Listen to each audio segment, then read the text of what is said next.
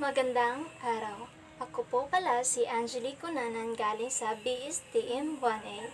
Ako ay magtatalata ng aking ginawang tula tungkol sa tinig ng kabataan, ang ating kasaysayan ng ating kinabukasan, o sa Ingles ay Voice of the Youth, Our History, Our Future. Kami, ang bagong henerasyon, may tapang at talino, handang isulong at ipaglaban ng Pilipino. Sa bawat salita at kilos, tinig namin ay malinaw, kasaysayan ng bayan kami kasama sa galaw. Si Rizal at si Bonifacio at ang iba pang bayani ang aming naging inspirasyon para kami rin ay magwawagi.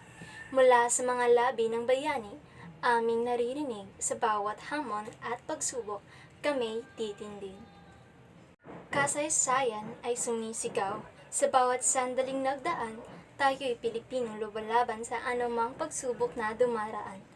Bayani nag-alay ng buhay sa lupang tinubuan upang kalayaan at tangal sa atin ay paglaban. Sa mga pagsubok at hamon, tayo'y magkaisa. Sa kabataang Pilipino, ikaw ang pag-asa. Kaya para sa bagong henerasyon, tayo'y magpakatatag upang ating kinabukasan ay maliwanag na puno ng pag-asa.